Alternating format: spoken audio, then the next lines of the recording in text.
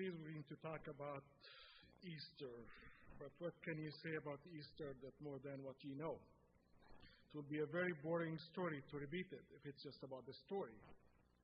If it's not just about giving you something new. Today, our reading came from the Gospel of John, where he started his Gospel talking about God as the eternal Word become flesh among us. And remember that I like to connect really our spiritual message with some historical facts. And many times I highlighted that, but for those who may be first time to hear us today, I like to make the comparison between the writer of the Gospel of Mark and the writer of the Gospel of John. Mark is being known as the earliest Christian record of Christ. This is a historical fact, but we are talking about he's written around 20 years after the death and resurrection of Christ. So he's the earliest, but he gave us a very short story. John is very famous, but there is a lot of skeptical thing from those who study history. We're not talking about faith for those who study, because John records came very late. So John wrote his gospel around 90 AD. So, and for those who study history, as the longer you have a space between the time of the event and the time of writing, that's give you less credits. Makes you, yes, people will pick Mark and not pick John. But I see it in a different way. Mark was very young. He saw young Christianity that's not formed yet. He does not even know what's going on. But really, John, he was the lucky one to live long enough to see Christianity is growing. The bubble is getting up. It's not just a bunch of 12 disciples and Christ in a small city having more like a secret cult. But now we're talking about the formation of a group. We're talking about worship. We're talking about gathering. So Christianity is starting to take a shape. So while those who study history and I respect them, they see that the record of John is less kind of like trusted. I see it as more reflecting what's happened later in Christianity. So today, as we see this gospel really is very unique in many ways. John is very unique in the way he started his gospel talking about Christ is not only the one born out of the Virgin Mary. He's not the one going to amaze you by his miracles. He's not the one going to amaze you by defeating death. But he's God that exists from the beginning. He is God who was there when God was creating earth and heaven and making all this chaos into order. God in Christ was there too. So that's why he started his gospel in a very unique way when he said, the eternal Word became flesh among us. Today, John is ending his gospel about the risen Christ that fulfilled the mission of Christ, the Word. And a lot of us in many cultures, many different, we like to cut Christ into pieces. What do I mean by that? It's like there are those who like to focus on Christ's birth and all this joy about the Christmas time. And there are those who really like to focus on Christ's resurrection and suffering and pain. And I see that every culture tries to take the part that like to make them happy. And I see that I came from a tradition, from a Middle Eastern tradition. We're really Christian in the Middle East. Their biggest celebration is Christmas, is Easter. Their biggest celebration is the Holy Week. And as I try to read more and understand my own people, I found it's because the Christian in the Middle East, they are minority. They are persecuted. They have no power. So they are related more into suffering Christ, Christ who's in pain, Christ who's being betrayed, Christ who's being always underlooked. Because they have no power. They are not part of the government. They have no power in sense of the majority, the culture, the government. That has been the story for Christian for at least 1,500 years.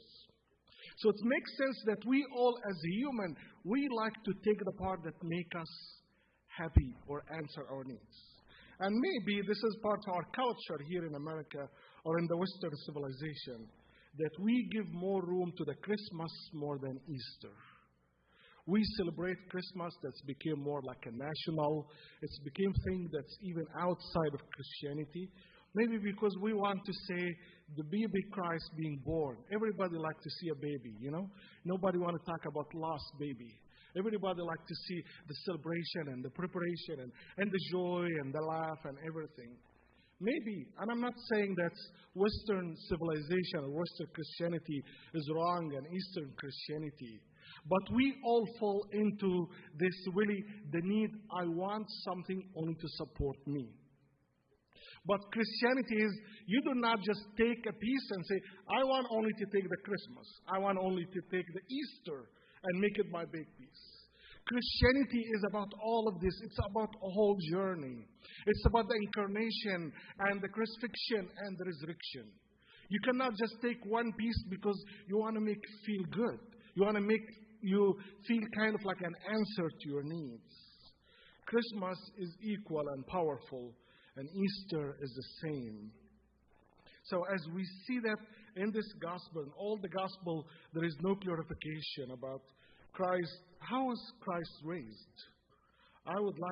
If I had a dream, I hope that we were like in advanced technology where somebody can have a camera and give us like a documentary movie about what happened with Christ 2,000 years ago. I wish like somebody really can give us the evidence so we can see it clearly and open, and it's like broadcasting live. The resurrection of Christ is live on Facebook. Can you imagine that? It's like, and we're like, okay, nobody will have no fear and no doubt about that. But why? If God is capable to create all of these things, all the advanced things that we have now with technology, if the goal of God to make everybody believe in His resurrection, He could. He has the tool. He could broadcast His resurrection live. He could give us an easy way. But today, that the goal of Christianity was to prove that believe in risen Christ and an empty tomb is a personal thing. Christ is not running to take your vote to run this country or the whole world. Christ wants to look for a personal relationship with you. So we want to prove something to gain power, to gain a backup from people. People say, yes, I'm Christian today because I saw Christ live on Facebook and He was really risen. I cannot doubt that. There is no way. I have to believe in this guy. I saw it. But the whole point is about your personal relationship. I wonder about why Jesus did not appear to everybody. Why He appeared to a bunch of a few people. And we'll talk later even. He appeared to some people that's really, there are many question marks about them. He did not appear even to the people with high rank in the community. He did not appear with people who have a high credibility in the community. That was like on papers, Christ did not make a good choice. He even made His message and His mission into really deep doubts because of the people who are going to say, I saw Christ. Why wasn't His resurrection in public, or at least to His enemy to prove His power? Jesus' birth, ministry, crucifixion were public. But when it comes to resurrection, we're talking about few people. And in the eyes of the community, they are not the best to start your mission with. On every Easter, we read from the four Gospels about the resurrection. And in each Gospel, we can see different side of the same event. One thing you cannot ignore in John's Gospel is his emphasis on woman rule. Do not forget, he's a Jewish, he's a Middle Eastern. So talking about woman is not something easy. So John was really very unique. If you see John in chapter 2, he will talk about Mary, the mother of Jesus Christ, and how she supported and told her son to do what he did at the wedding at Cana, where John highlighted Mary's part in his miracle. In John chapter 4, we see the beautiful story between Christ and the Samaritan woman. In John 11, we see Mary and Martha, the sisters of Lazarus. And today we see another hero of the Christian faith. The first messenger of Christianity is not a man, is not one of these big guys, Peter or Paul, those who are famous. The first messenger of the whole Christianity that carried the good news to the disciples, her name was Mary Magdalene.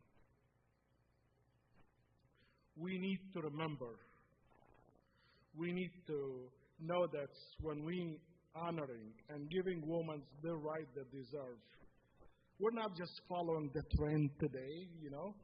If anybody spoke this, you have to speak this way nicely about women because this is the culture that we live in.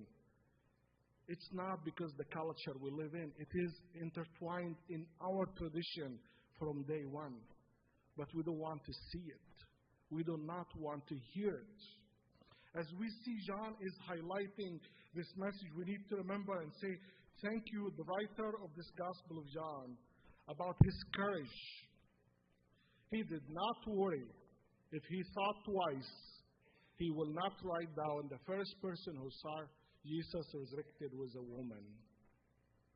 And one of really the good critiques about Christianity, those who really say like Christianity has a lot of weird beliefs, but where they say one important thing, if I was a Christian writer, I will never write that the first one who witnessed Christ being resurrected being a woman, first.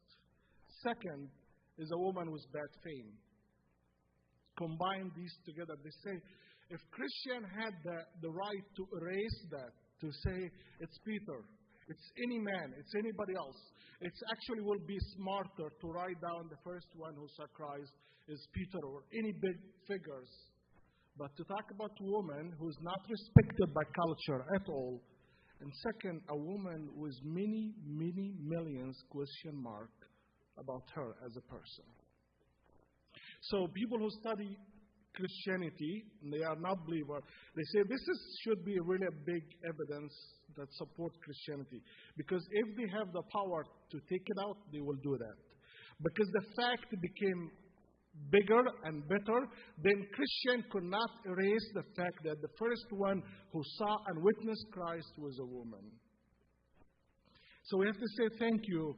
Maybe the other Gospels, and I want you a homework for all of you if you like to read the other Gospels. Every time they mention Mary Magdalene, you'll see that they are kind of like shy when they are mentioning her. They're like, they will put her in the middle like women's, Mary's, others. They are not going, but John is the only one who will put the light and he's not afraid. And I don't want to sound like I'm really blaming the other writers of the gospel and give the big credit for John. But maybe because the privilege that John lived longer to see this woman, she proved herself to be a true, honest, wonderful disciple of Christ, better than even the other disciples. So he lived enough to be in the middle. Maybe in the beginning, everybody was afraid to talk about this woman. As some of the writers of the gospel, they will say, woman was there. I will not even mention the names. And when they even talk about, they will say, Marys. And it's up to you to imagine which Marys he's talking about. So they're trying kind of like to hold the stick from the middle, as we say. But John was very clear, really, speaking honestly and openly, and he named her Mary Magdalene. He brought this woman who deserved to be not in the darkness, but to be in the light. John took the risk to say something that is in conflict with his tradition and in conflict with his culture. He is the only gospel that mentioned Mary Magdalene's in details. Because the rest of the gospel, as I mentioned, her as part of the group, as some kind of like Marys, and it's up to you to understand which one he's referring to.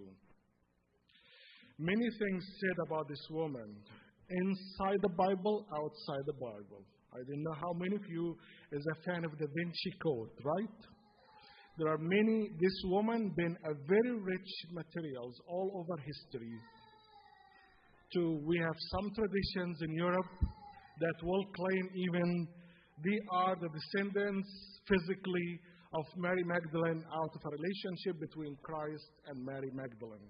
We have many stories. If you read the book of the last temptation of Jesus Christ for Nicodemus and Zacchaeus, there are many traditions came out of this, the idea of Christ and a special relationship between this man and this woman. And there are many things. I'm not here to defend it, but this woman was a hot button for anybody to touch. So this woman we're talking about today, we're going to honor her as the way that they say resurrection is about bringing people into the light. Resurrection is about bringing people where they deserve to be, according to Christ's message. As I said, many things said about this woman inside and outside the Bible. It seems that John was not challenged by her gender, and above all, her background as a lady with a bad history. I think it takes a long time to change people's mind about somebody or someone. And especially in our context today, John lived longer to be wiser. And his gospel was written the last. So maybe he witnessed how this lady really changed and deeply was committed to Christ's mission. Today, and through what John told us, her commitment to Christ was clear when she went to the tomb in the dark and did not care about her status as a woman. And second, as a woman with bad fame. She went to the tomb because she was concerned that somebody will take the body to humiliate Christ and his followers. She was not looking for resurrection. She has no idea about this magic thing that today we call resurrection. She would just want to honor this man who deserved to die peacefully and with respect. When she went to the tomb, she was looking to protect, to honor the dead body. That was his biggest goal. Not to get something out of that. I want this guy to be buried in respect. He lived a good life. He gave his life for other people. And the last thing he deserves is to be buried in peace and with respect. She was driven by many different feelings. We can name some of them. Grief, the loss of the person who really know her well. All men around her want her only for her beauty, for her physical appearance, for whatever. But this man just needed her for the way she is. This man was able to see her better than the way she used to see herself. And now she lost this man. This is a man that would not be born every year or every century. It happened once. So the grief is so deep. The loss is doubled and tripled. And also the respect to this man. And the love to this man who changed her life from shame and hate for herself to think again about herself, to remember, to act as a child of God, not as a child of Satan. To remind her that she is a sister of Christ and she's a daughter of God. I think that the message of resurrection, where every person can say, I have seen the Lord. This is what we hear from the gospel. This is what we think about it. This is what maybe we repeat verbally. But can you today really ask yourself that why I'm here today? Maybe I came today by coincidence. I came today because my family forced me to come. I came today because it's part of the tradition. It will not feel good to stay home on Easter Sunday. We have millions of reasons we are here today. Maybe that's what's in your mind.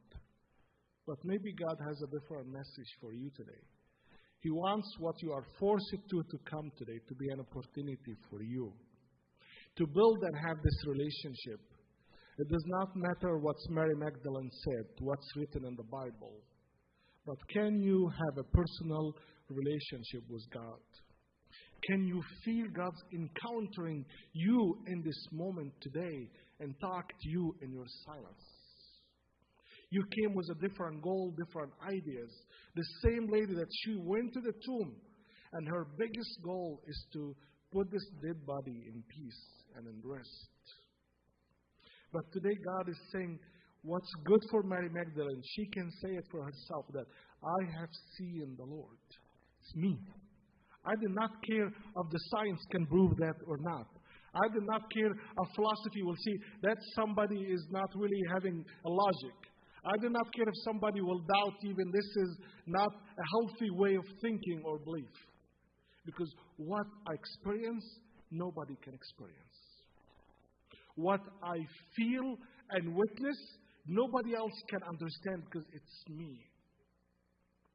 So it's not just about the magic of a white light will come in the middle of the tomb and come out to amaze this woman.